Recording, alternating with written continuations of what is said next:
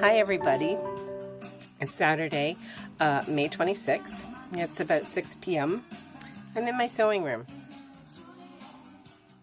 Yay! Panoramic. Had a pretty good day today. I attended a friend's husband's celebration of life. It was pretty emotional. I didn't stay for too long.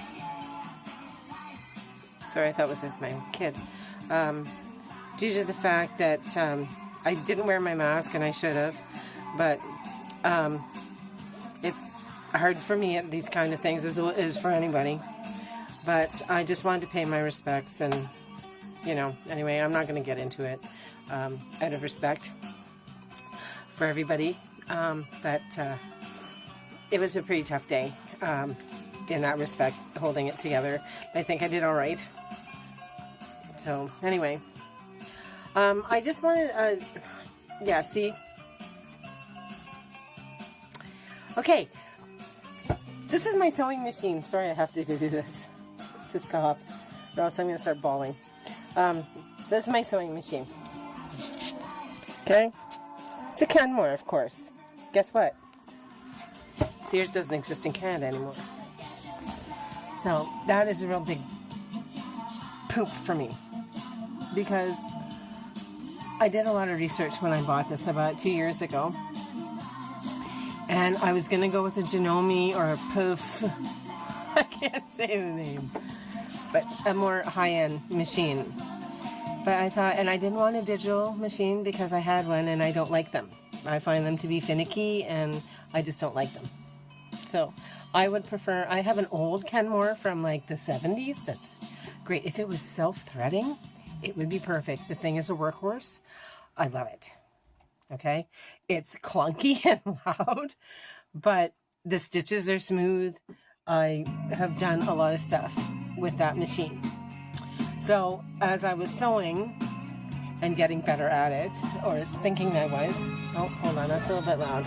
Collective Soul is who this is, for those who don't know. And I saw them here in Ottawa quite a long time ago. It was fun. Anyway, long story short, I ended up, I started working again after my last cancer issue. And I thought, you know what? I want a new machine, a brand new machine, not a used one, not my $99 brother from Walmart, which again was a workhorse. Robin, I hope it's still working for you, because the thing is like forever old, but the damn thing went through hell and was still working when I gave it to you. It was like, anyway, they just don't make them like that anymore, and this is living proof. So I got it on sale. It was about $400 regular, and I got it like half price. I paid $269 for it with tax, everything, $300 and whatever. So I was like, to me, that was a big expense for a sewing machine. Some people don't think so, but for what I use it for nowadays, to me it was. But I wanted a new one. That was it. I just wanted a new one, and I did my research, and I decided to go with Sears Kenmore because my workhorse is a Kenmore. Well, of course, they don't make them like that anymore. So anyway, I found out after I bought it that Janome is actually the manufacturer who made this machine. So I was like, oh, perfect. I got a really great deal on this machine. I checked the pattern review board because they review machines and stuff. I belong to them.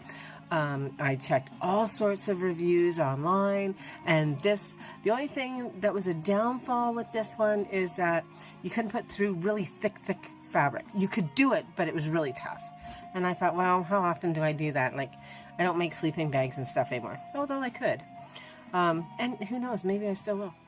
But, so I was like, okay, and if I have to, I can use my workhorse. So it's done me all right for the last couple of years. I haven't made an exorbitant amount of sewing like I used to, but I've done some blankets and some projects, and I don't know, nieces and nephews and stuff, because I just come up with crap and I do it. So today, excuse me, sorry, I still got a lot of pain in here when I have a burp, or sometimes, not all the time now when I swallow, but it hurts. Anyway, the ball isn't as bad, but I still got that pain going right up into my head here. Oh, that's wicked. Anyway, back to the sewing machine. Sorry. Scatterbrain. Anybody who knows me knows that I go off in all sorts of different directions, and I come back and then I go off of it. See, I'm doing it again. So today I decided I was going to make these scarves. Remember last weekend when I flipped out and lost my marbles because I couldn't find the pattern to make the headscarves, and I was all in a tizzy, and oh Jesus. So anyway, I bought one, and I think I put it online that I bought one already. It's just because too much stuff was in here. I can't remember anything. It's better. So I use it as a template. I don't have the foam up at the top here like my mom used to, but I made this triangle scarf, double-sided. So I'm using my machine, sewing along, la la la la la. And then, of course, if anyone knows, you do double-sided, you got to turn it inside out. So you leave a gap, and then you have to go back and fold it, iron it, and then sew it. So I was doing that, and the thing screws up. And I'm thinking, okay, my bobbin is getting low on thread. Because sometimes when your bobbin gets low on thread, your machine will tangle. Your thread will tangle up. And it just stops dead, and you have to pull it out, and you rip the fabric, and blah, blah, blah. So I'm thinking that's what's going on. So I take it out, so I switch out the bobbin, and I try it again, same thing happens. I'm like, oh God, don't tell me I have to take the damn thing apart. Because really, taking a sewing machine apart is a real pain in the ass. And you have to remember exactly how you take it apart, because you have to put it right back. So even the little bobbin case where that is, it's like you gotta take all this off, and then underneath there you got a whole bunch of, like, you got about 10 screws. You got to take those all out and pull that off, and that's where your feeders are. And this is a bobbin case right here, this black thing. Oops, sorry, this black thing here. That's what I need. And you can't just pop it out of here, because if you do that, you wreck the whole mechanism. You loosen it, and it's a real pain in your butt. Okay? Anyway, that's just a little bit of information. Probably too much that you cared to hear about. So anyway, so I take it out. I take it apart. I put it back together. It still doesn't work. I do that like 5 times. Okay. Now, on a really good day, sometimes my patience runs thin. Okay? As well as anybody's. For the last 2 or 3 weeks since I have been diagnosed, I don't have patience. I drop a fork on the floor and I flip out because the fork, it's my own fault. But to me, it's the fork's fault. Today was my machine's fault. I got really mad at it. I almost picked it up and threw it out the window. Like, literally picked it up and wanted to throw it out the window. And I'm not joking. I always say that. I want to pick up the computer, throw it out the window. But I was like this close to stopping myself from doing it. I had it in my hand and was ready to frickin'... Rich came upstairs and he goes, oh God, what's going on? So I tell him, he's like, so I hit it. I slammed it. Boom! And I was like, you mother effing blah, blah, blah, and all sorts of things. So he came upstairs and he's like, did you break it? And I'm like, no. Of course I wouldn't break it. The door on it is a little, one of the little nubby things that it slides into broke off, which is not a big deal. I put a piece of Scotch tape. I duct taped it. No, Scotch tape just to hold it there. So I take the bobbin out again, and I have the bobbin casing. I have a really good look at it. Well, it looks like there's like a little piece that's chipped off. I unplugged my machine was already unplugged and pulled away from the wall. I took it and I shake it upside down to see if anything will fall out. This piece, this mysterious missing piece to the bobbin casing. Nothing. So I sit here and I'm furious. I'm livid by this time. Skylar or Silly usually sit here. Silly's not feeling well. We'll talk about that in a minute. So Skylar sits up in the window there, or on my ironing board, because that's what she likes to do. She likes to watch. She's helping. So anyway, yes, I take the bobbin out, and I'm sitting here, and I'm livid. about this little piece and I can't find it, and I'm like losing my marbles like hugely, right? No patience whatsoever at all. And you need patience to sew, because you screw up, you got to have the patience to take everything apart, and sewing is a really good teacher for that. If you go too fast, if you try and race through it, or you'll screw it up and it doesn't work out. So you have to have patience. You gotta It's a really good discipline. And I had no patience today, obviously. I was doing great. I was like dancing to these 80s music. I was having so much fun, and then this happened, and it's like night and day. Boom, boom. I'm happy. You'd swear I was bipolar. That's what it's like. I'm not, but it feels like it. So I sit here and I'm just livid, right? I'm not kidding you. Sat back like this in my chair and went, anything else you want to take away from me? You're literally taking away my fucking life. Now I enjoy sewing and it gives me pleasure, and now you're going to fucking take that away from me too? So yeah, that goes to show you where I was at. So I phone up the sewing machine hospital, and they're alive and well, and we decide we're going to go see them before I go and see my friend for her husband's celebration of life. So I go see the guy, and he shows me on the little bobbin casing that my needle is hitting a certain spot. So it means that the whole mechanism, not just the bobbin casing, but the whole mechanism that the bobbin casing fits into, there might be a problem with it. So he went and he did something to it, and I said to Rich, okay, I asked the guy, before I even said anything to Rich, because Rich was with me, I asked the guy, I said, so if it's not this bobbin issue and it's the whole mechanism, like what happens there? He says, well, you have to bring it in, blah, blah. And I'm like, okay, well, how much is it? Just to look at it, it's like $99. It's $100. Then if whatever he has to do on the mechanism, that's about another $50 to $75. It's about $200 to get my fucking sewing machine fixed. Like, sorry. Maybe I'll skip that song. Anyway, I'm thinking, no, I'm not spending I don't have that kind of money to spend. 1. 2, I'm not doing that. Okay? I'm just not. To me, it sounds morbid, but what if I'm not here next year? I've just spent a whole shit ton of money on something that someone's going to probably take, for free. So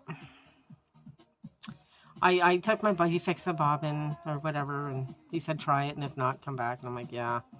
So I said to Rich, and as we're walking out the door, I said, you know what? If it's not the bobbin, it's the bobbin casing, and I have to replace all this crap, I'm just going to Walmart and I'm buying one of those $100. I won't buy a Singer. I'll buy a Brother.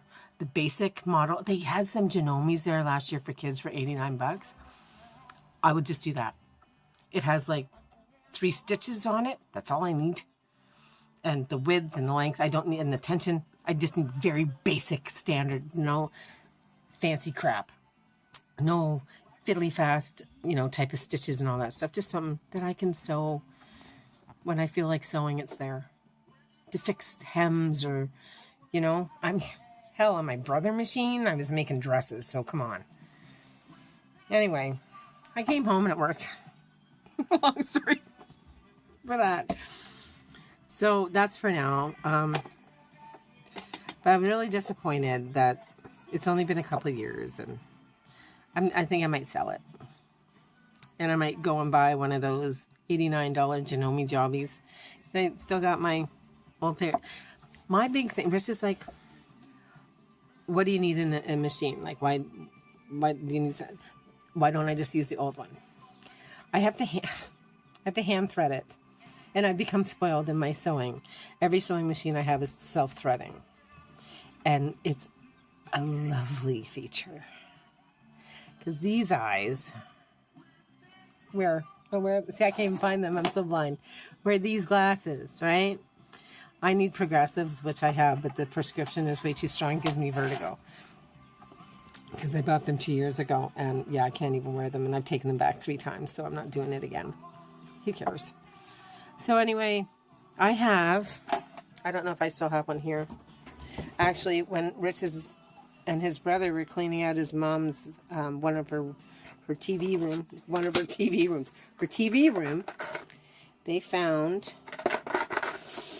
this thing. Oh, no, that's not it. Darn it. Oh, here. They found this. These are threaders. You can use them for manual sewing, or you can use them on your machine. That's what I do on the other one. So I always have lots of these. And there's a reason for that. These eyes, like I said, they don't see well.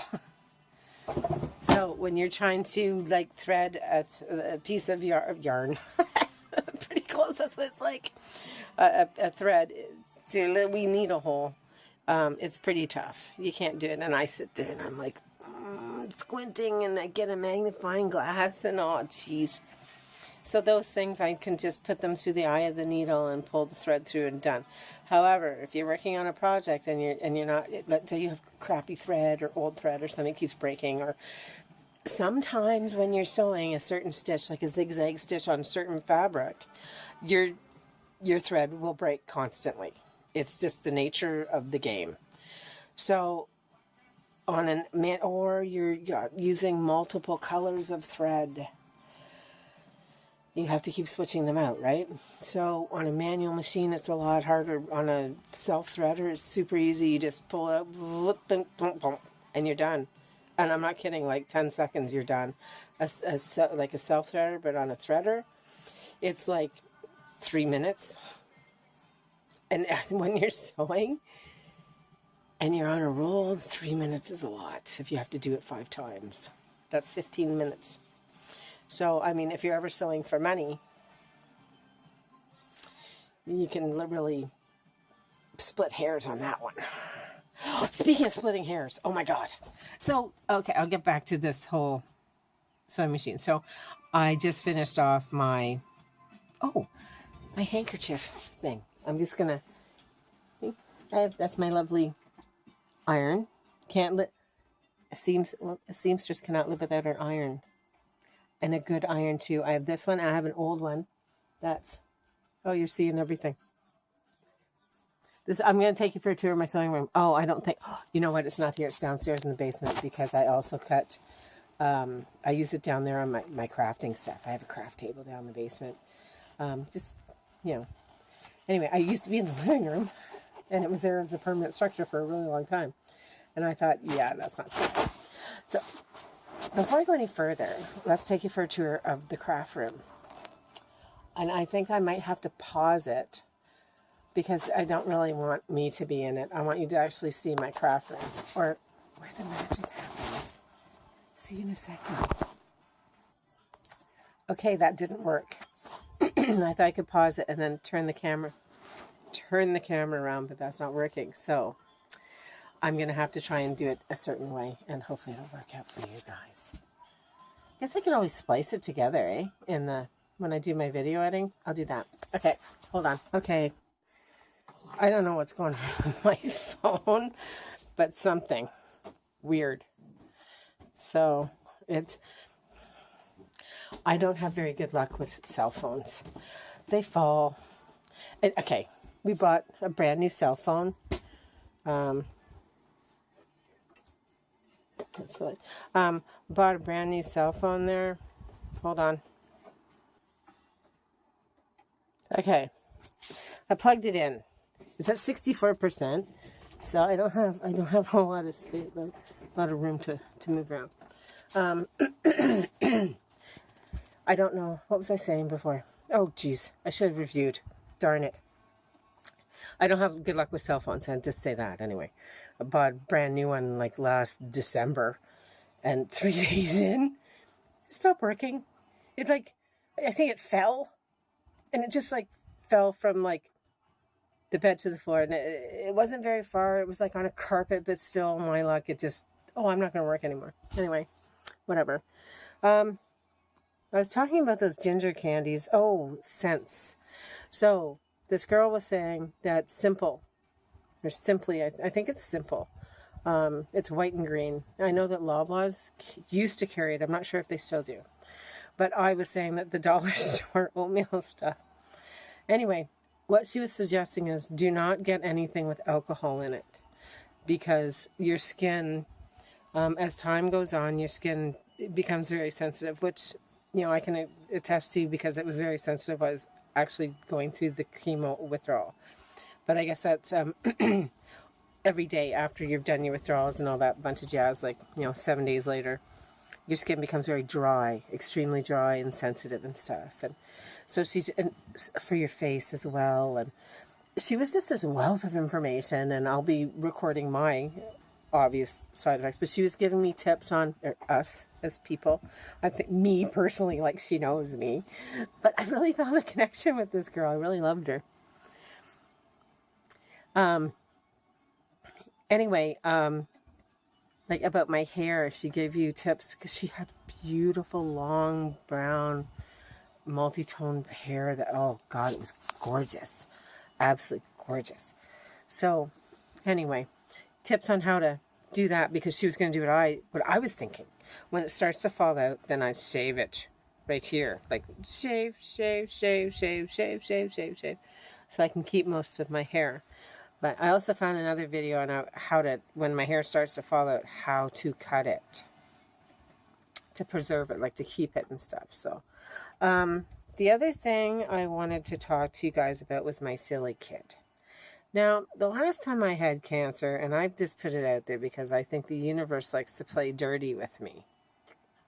And I get mad at the universe. And I mean, I say the universe, just putting it out there, but you guys might say God or whoever it is that you believe in, okay?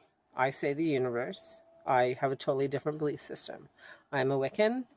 I believe I come from the earth and all that. We've talked about that. We're not getting into religion because everybody splits hairs about religion.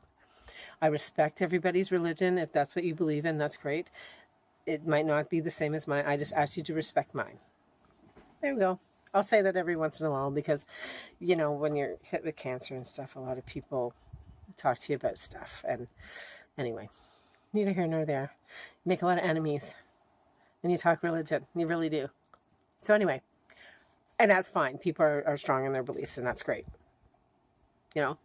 So I put it out there that the universe likes to play dirty with me. So when I had cancer the first time, after I had my surgery, the day I came home. So I had my surgery on the Monday, which I do believe was the 14th. The 16th of March is when I came home. Yeah, the Wednesday. Well, that night,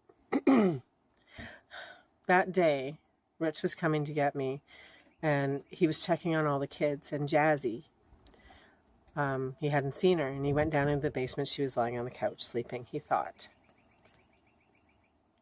Don't freak out yet. She wasn't doing so well. Now, Jazzy was like Nurse Jazzy to me. I'll get upset.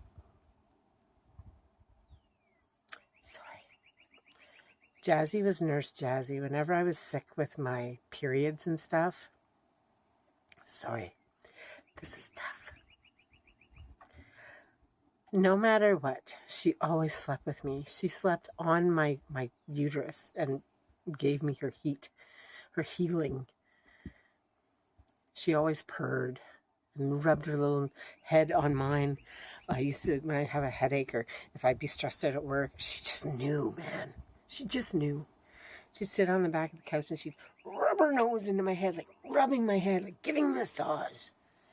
And I'd always go, my Jazzy.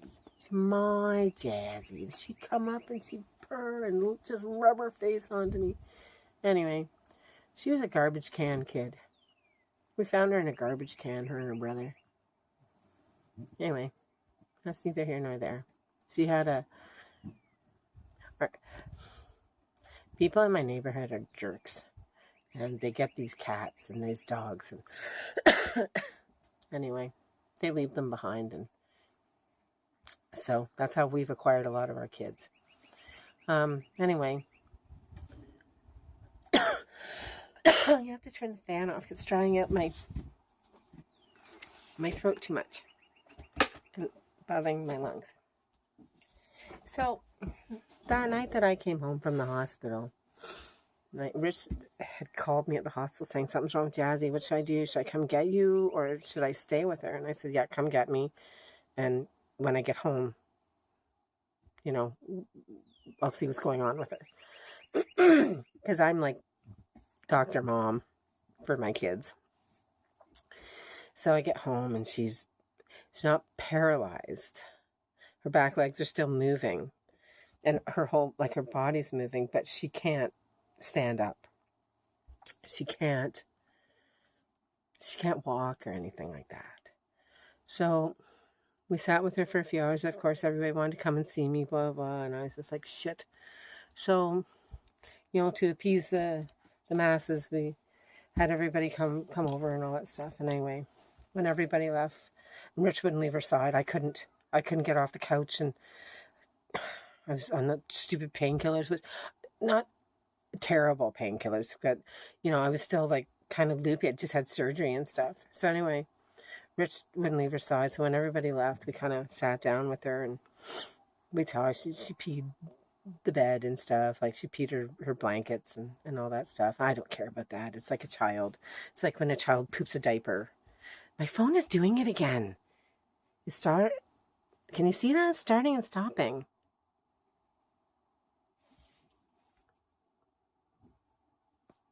I think that my phone's too hot.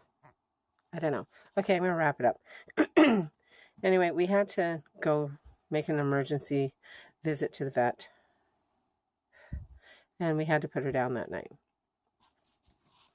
And that's one thing I'll never forgive the universe for. Anyway, I can't get into it. I get upset. So this time, Silly is having a... Okay, I'm going to pick my phone up and throw it. Hold on. Now I think it's overheating. I don't know. I'd like to get a new one, but I don't think it's worth it. I might have to, though. So anyway, this time around, Silly's not feeling very well. She's got a lot of plaque on the back of her teeth, and it's becoming infected. So I have some antibiotics here. I ended up by going in and taking a big chunk of the plaque off. I hope that she doesn't have to have dental surgery, but she's, you know, Silly likes to talk a lot. She whines a bit and stuff, but today she's like really like, Mom, I'm ouchy. Mom, I'm ouchy. I can tell. And it's like when your children are babies and they can't tell you what's wrong, but they're crying and it's killing you on the inside. That's what it's like for me and my cats. They're my children. And it kills me when they can't tell me what's wrong and I know something's wrong. And it just, my heart, someone's just reached in and grabbed my heart, pulled it out and just slammed it on the floor and stomped all over it. So I've got her on some antibiotics. I'm going to wait until at least Monday and see if that kind of clears up. And I'm going to like look at her teeth some more. She's got some more plaque on it, but it's just so sore right now. When I took the big piece of plaque off, she was almost like, thanks, Mom. You know, because it just kind of exposes everything. And if there is a little bit of infection, it'll drain out, right? She's got horrible breath. So, and with cats, with my kids, they get sick real fast. You know, so anyway, the whole point of this is I was coming down the stairs after I'd taken the plaque off, because I tell you, man, it's like when your kid falls off a bike and they're bleeding and you're just like, oh my God, they're screaming because they're in such pain. And not that she was screaming in pain, but you know that it's painful for her. And, you know, you don't want to see your child in distress, bottom line. And you're fine in front of them, but then when you walk away and they can't see you, you just like lose your marbles and you start crying, and it's just like, oh my God. So I'm walking down the stairs and I just stopped and I went, don't do this to me again. Do not do this. You've taken away so much from me. Don't do this again. And today was one of those days. The sewing machine, take away my enjoyment. But this one, you can take away the sewing machine. I don't give a shit. I can get another one. I don't care. But you can't take away my kid. Bottom line. No one messes with my fucking kid. All right? You mess with my kid, you mess with me. And I don't care if I'm standing at the pearly gates and they say, oh, denied, go to hell. Fuck you. Because I would. Because you took away my kid. Yeah, sorry. I'm that passionate about it, okay? So I was pretty upset about that. But I mean, she's settled down now. I've given her something. She's eating, she's drinking, she's pooping, she's peeing. That's good. I think because of Max goes out and gets fights all the time, and he gets his face ripped up, and his paw, last year was his paw was all mangled, and oh God, and there's pus oozing out of him. I'm used to it. You know, I've looked after all the strays in the neighborhood for years, and even the feral ones or whatever. If I see that they're hurt, I have antibiotics on hand all the time. I'm running low. I have to get some. But there are also some natural alternatives that I can use as well. But when it's an infection, when it's a bacterial infection, you have to give them an antibiotic. And they're very quick about responding to it too.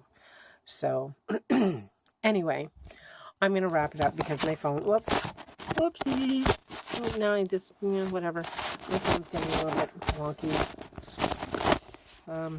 I was going to use my computer to record on too, but I have an old phone. Maybe I could do it on that. I don't know.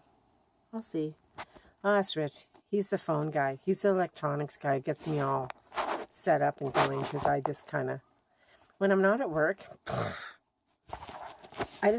my big thing is record, edit, simple edit, splicing together. I'm trying to come up with a new theme song. That's why I asked everybody for a theme song, because I have my intro to my new videos. So that's why these things might show up a little bit late, because it takes a while to do this stuff. Wow. It's a good thing I'm not working. That keeps me busy, right? So when I'm up at 4 o'clock, 5 o'clock in the morning, I'm usually on. And the other thing too is I go to upload all my videos and stuff like that. And I go on YouTube and I go all over the place. But anyway, there's something else I wanted to tell you about. Anyway, I don't remember. It'll come to me. I got lots of time to tell you everything in the world. So, yeah, that's about it for right now.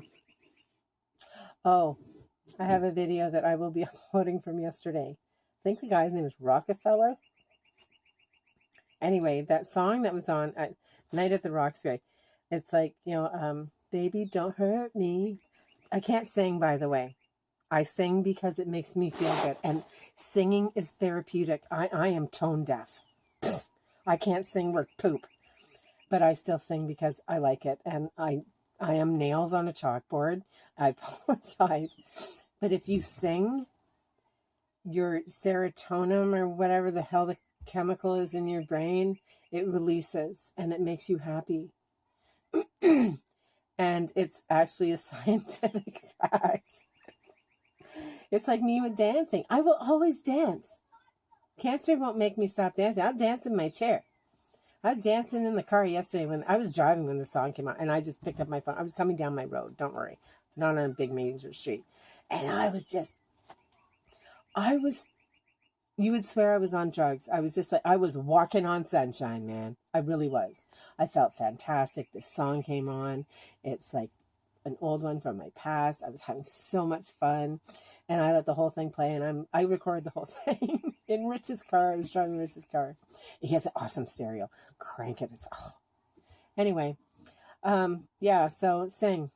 I sing, and I tell you that you'll catch me singing in these videos. It's horrendous. But you know what? You got to do what makes you happy. And that's what makes you happy. That's what makes me happy. Dancing and singing. I come from a musical family.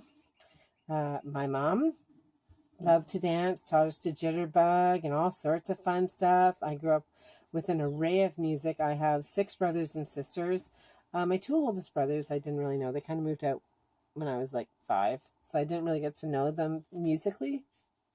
But my sister Diane, she grew up in the 60s and 70s and introduced me to all those like Cream and all those bands. I can't remember them all right now, but and I just remember her being like a flower child when I was young. It was really cool. And she had this beautiful long hair, and for some reason I picture in my head she wore this daisy thing. Anyway, I don't know if that's just in my imagination, but she was really cool like that. And my sister Pam, she was a bit of a rebel, and I don't know, and Carol Owens and Donna Stevens, Carol Owens, and my sister. God, I remember, guys. I remember. I was 10 years younger, but I remember. Crazy girls, but great girls. Those were my influences growing up. And of course, my brother Todd. I don't need to say anything else. He's the music guy in the family. He plays drums. He can sing. He stayed with his love forever. Mine was dance. And Todd, do you remember you were going to have the band? I was going to be a go-go dancer. Yeah. Whatever. So yeah, I come from a musically inclined family, so to speak, and a lot of really cool siblings I grew up with and introduced me to a lot of really cool things. Yeah. So that's it. That's it for today. Those are my fine mentionables today at the end of my video. I'm sure I'll talk about them more because, like I said, 6 brothers and sisters. I knew a lot of people, especially my brother. Oh, and Kevin. Kevin was a sports guy. Kevin Kim, he was a sports guy out of our family. He was a football player. Unfortunately, got injured and had epilepsy and stuff. So, but he was on his way to be a Hamilton Tiger Cat. Yep, he was being scouted back in the day. That's what I remember. Todd, you were older than me at the time. But I just remember those football pictures, those promo football pictures that Mom had all over the place. And like, I remember her saying something about a scout coming to see him and stuff. But anyway, whatever. If I'm wrong, tell me I'm wrong. That's what I remember. But, there's a lot of stuff that happened in our family. And our mom told a lot of stories, and I don't know if all of them are real. So, anyway, yeah, I just want to thank those people that I mentioned, like, and then my brother's friends. Okay, that list goes on forever. I'd be on here for another couple of hours naming off all those people because we all kind of hung out together. Even though we're 5 years difference, some of the people I went to high school with now hang out with my brother, Paul Thompson. Paul Thompson used to be my boyfriend in grade 8. So there you go. Oh, geez, eh? Good grief. Anyway. That's, I'm going to go on that happy note, but I want to thank all these people that were in my life growing up because you were a great inspiration to me. And, you guys made me who I am today. You were influential in me growing up. You actually helped me grow up. At 807 Halloweens, my sister Pam and her friends Donna and Carol used to take me out. And there's Susan Drew down the block as well. There's yeah. And then there's like Lawrence Spice for my brother. Anyway, like I said, I could go on forever. And Frank and Tom. These people lived at my house pretty much, man. And I was a typical teenage bitch. Oh, I'm too good for you guys. And then, but when it suited me, oh, that's my brother's band. Oh, that's my brother. And those are all his friends. I know them. Whatever. Anyway, I'm going to go. I have to sew these things up. And Rich is texting me, and I better answer him before he thinks that I've fallen and I can't get up. Anyway, peace out. Bye like a girl. Bye, guys.